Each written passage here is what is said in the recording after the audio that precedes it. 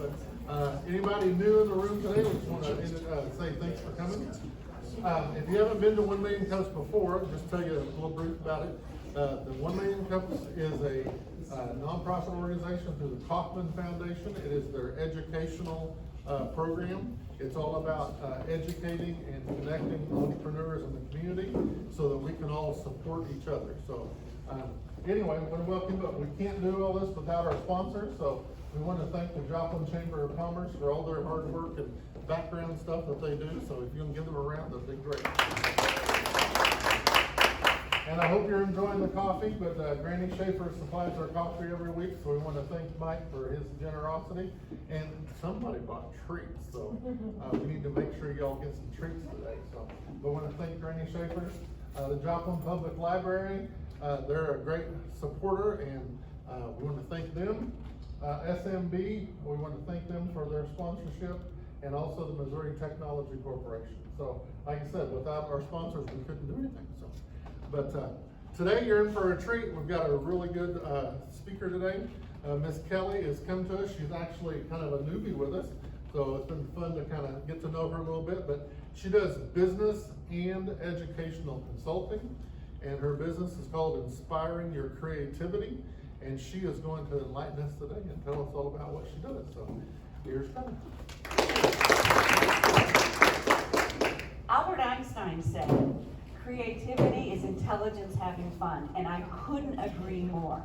So I created my business to bring together education and business to learn about hands-on, being able to be creative, to inspire you.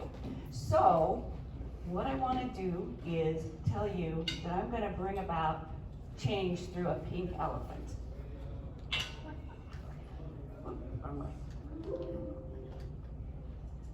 So, 98% of 3-year-olds have a genius level of creativity, but by the time we're 12, we're down to using just 2% of our creative potential.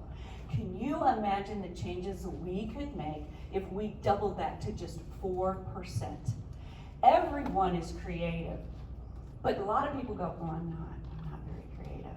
Why? Because they've lost their confidence in their creativity, which means they've lost their confidence in problem solving. And that is a problem. But creativity is energizing, and the more energized you are, the more creative you become. And when that happens, you're in not a vicious cycle, but an uplifting, engaging, empowering cycle where you bring about a change to increase your creative potential. I bring together over 45 years of experience in business and education, sometimes combined. And I believe that both the educational field and the business field need hands-on, facilitated ways to train and learn, and that comes about through using creativity. So my experience is that few educational consultants truly know STEAM and STEM. STEM is science, technology, engineering, and math, and STEAM adds the arts. If it's a real, true STEAM program, it's completely integrated. It's not science lesson with an additional math add-on. It's completely integrated. It has to be problem-based because it's not a 45-minute lesson. It's an expanded learning experience. And it has to include the 4 C's: creativity, communication, collaboration, and critical thinking. Because as business people, we need those students to come out and be able to work with others and be able to be collaborative partners in our businesses. Few business consultants, in my experience, really know creativity. And the reason I believe that is because in my 45 years of work, I can count on 2 hands the number of meetings that I've gone to that are not sit and get, which means I talk and you listen. They are really all based in, or they are not based with that facilitated, interactive, and hands-on learning, which we know works. Okay? I'm interested in the Midwest, from the, like Montana and North Dakota, all the way down to Mississippi. Why? Because they're rural areas and they are often the flyover states that get overlooked. I have done a lot of business on the coast, but I'm really passionate about bringing this kind of learning to the Midwest and to the small areas because they deserve it. And I have been so blessed because in my career, I've worked in all 50 states, I've worked in Europe, I've worked in Asia, and all parts of North America.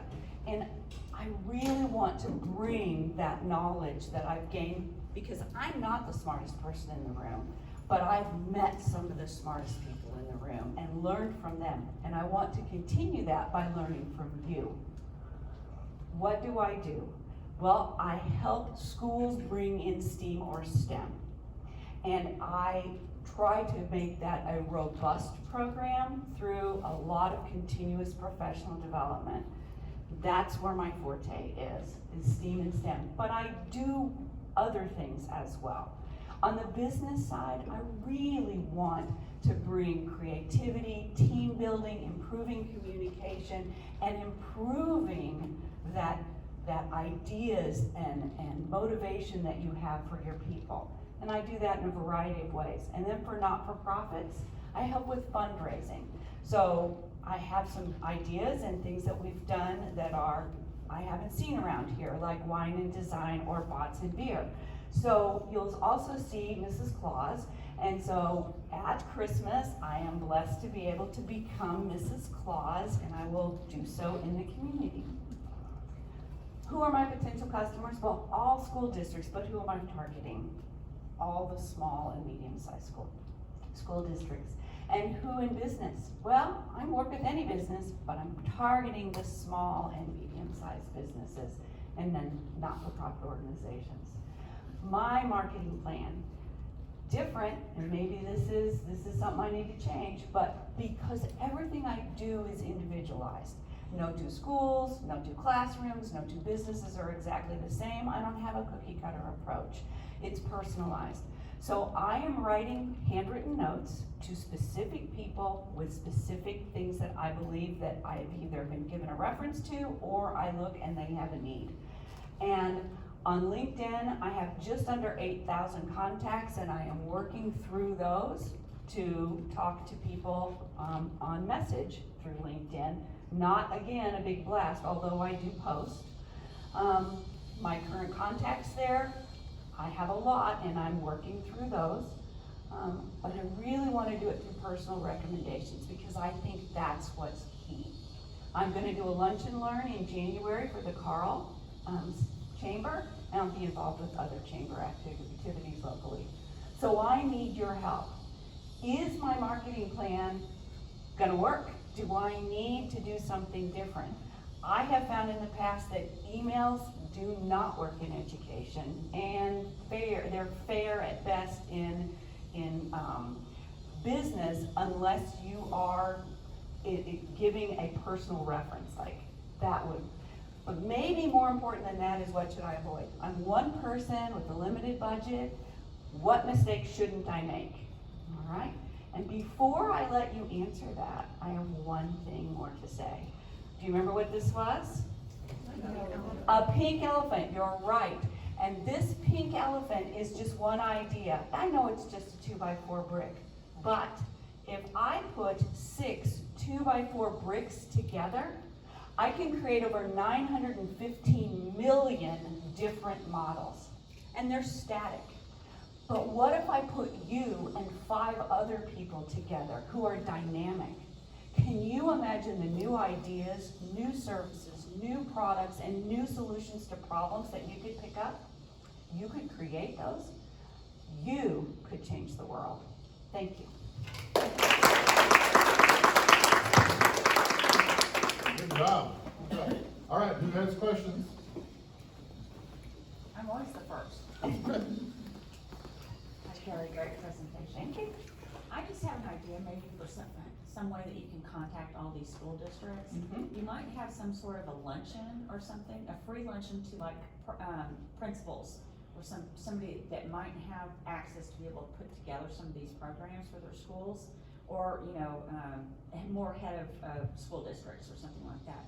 And just give them not speech, but the whole thing that you Give just them a did. hands-on program. Right, a hands-on, consultation of everything that you do, and just, give them, not a party, but a luncheon, and just say, I would love to invite you to my world. And, this is what I do, and I'd love to bring y'all into the fold, so, something like that. Thank you.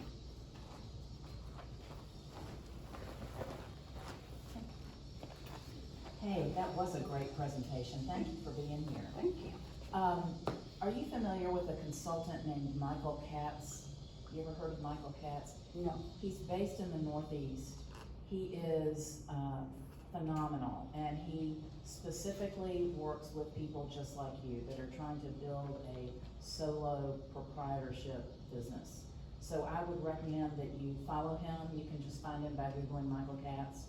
I think he's in maybe Massachusetts, but he does an online newsletter every week. Is And that CATS? It's KATS? Okay, or KATZ. KATZ? Yeah, Thanks. KATZ. So that's just a piece of advice for you. All right, thank you. Anybody else? Thank you.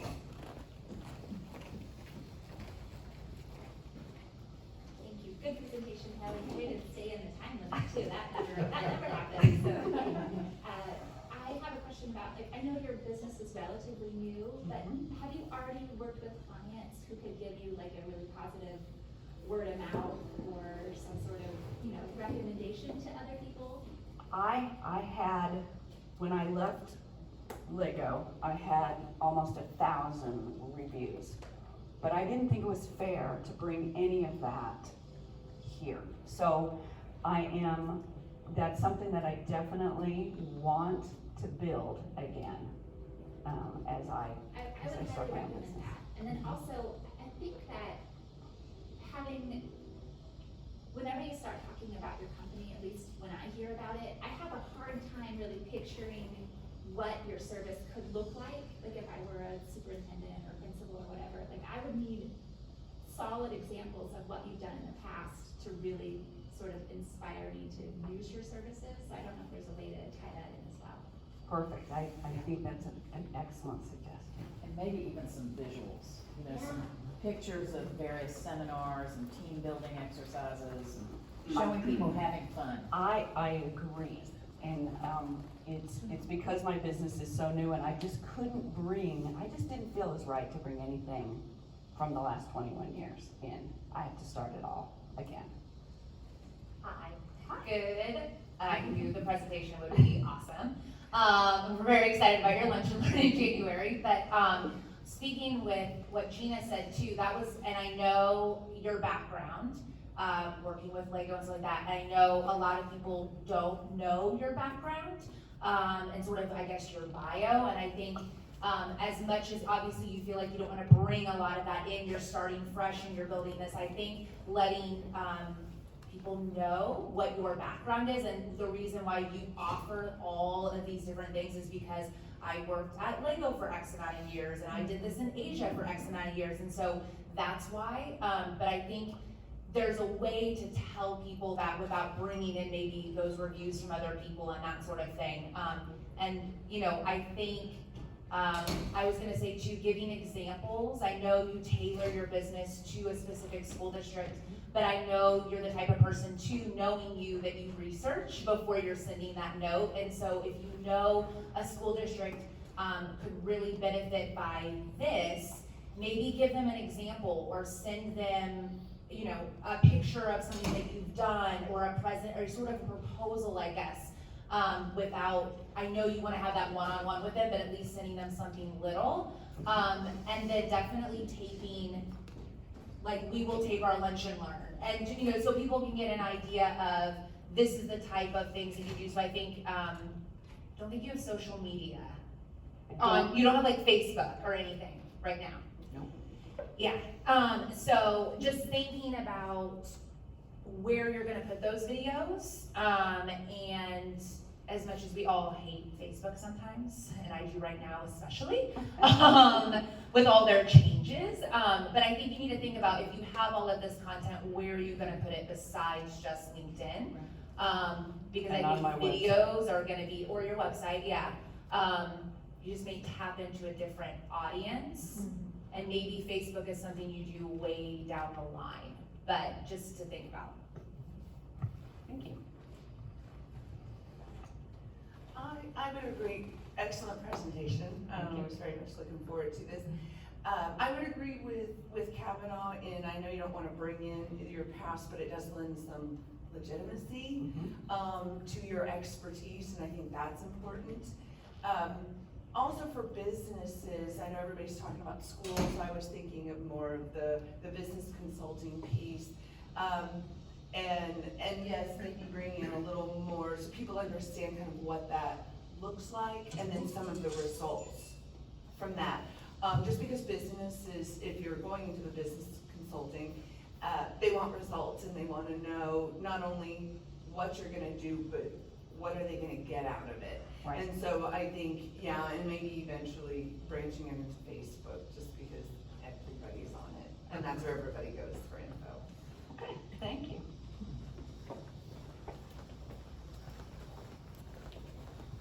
It's so funny because I'm going to be the third person to tell you to use your past experience. I think I better start doing that. But you know, here's my perspective, having had a lifetime of experience as well. And that is, who you are is made up of all of this. And so if you have 1,000 positive reviews, I totally get your integrity that you're like, okay, I gotta start all over. But yet that is, you earned those. You earned those. And so as somebody who's never heard of your business before, you know, however you wanna cast those in, you're like, I mean, whatever you did for them, this is a different business, but you're still that same person. You're still that person who does excellent work. And so, you know, having these people in Lego or wherever else those reviews have come from your past businesses, saying, you know, I worked with Kelly and she was awesome, or she was a dynamic changer in our team, she was a catalyst for new thinking. That totally goes right into what you're doing now. You're just focusing all those years of experience into this thing that you now have to give, which you couldn't have gotten to without all that other stuff. So I think that they are valid, and it's not like just copy and paste, you know, but like finding those ones where they touch on the qualities of who you are and the kind of quality of work you do, and then let that shine. And eventually you'll have more and more new ones, Right. you know, to add that are in this specific line. But honestly, those are really hard earned, so I would encourage you to use them. Thank you.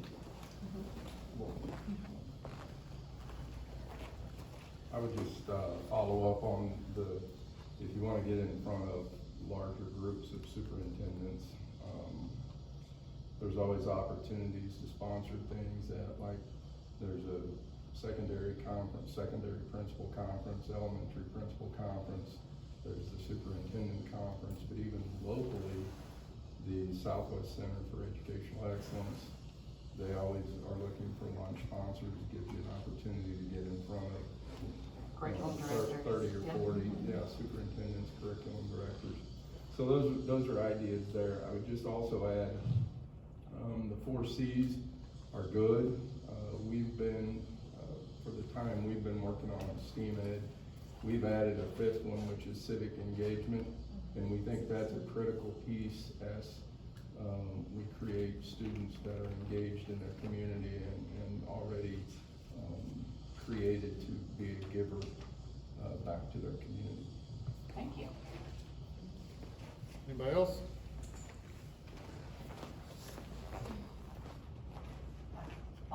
All of this, and there's a local organization called the Creative Learning Alliance. That's, you should probably volunteer with and be a part of. I have met with them. All right, awesome, yeah.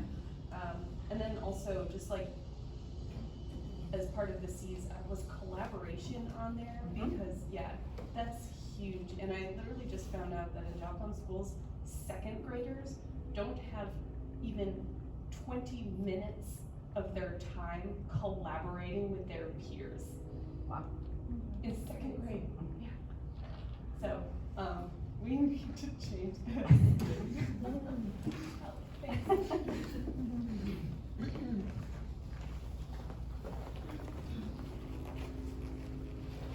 I appreciate you being a champion for this, because it's hard to create pressure sometimes in our systems and a needed desire for that as well. And so, that effort does not go unnoticed, and it's powerful.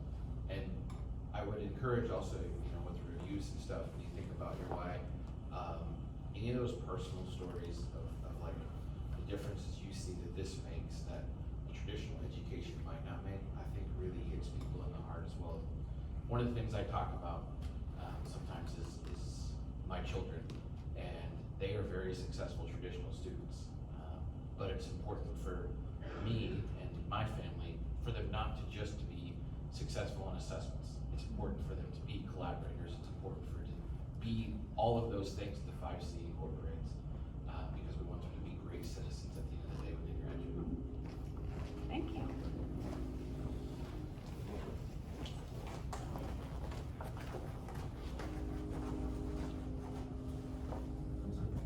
I did really enjoy your presentation. I didn't know anything about the STEAM program until last month in Neosho when we had that big breakfast that explained it. And it's really a very exciting concept. So one of the things that I would say that they did at that breakfast, did you attend? No, I was here instead. Oh, okay. One of the things they did was they brought in a couple of teachers that gave like real life, real world examples of what was going on in their classroom as they were implementing this type of teaching. And it was very obvious then the difference between the traditional learning, kind of like he was just talking about, versus the collaborative learning that goes on.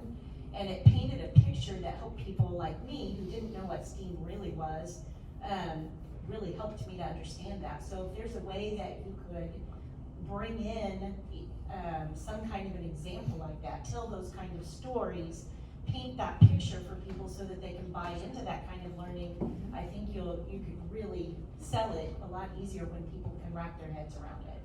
Thank you.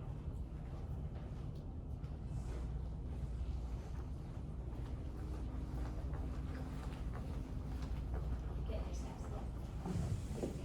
I just had another thought, Kelly. I'm not sure, I know you're brand new, but I was also wondering about if you could pick a company or an organization that you could work with sort of pro bono in just like doing your things, and then have an agreement that if they like your services, they would, contract with you for the next however much, or they would provide recommendations or those sorts of things. So that's just one thought. I mean, because a lot of school districts sort of we've been too in thinking about schools. So if you offer to do, I don't know, one component, and then maybe everything else will fall in after that. Thanks. Anybody else?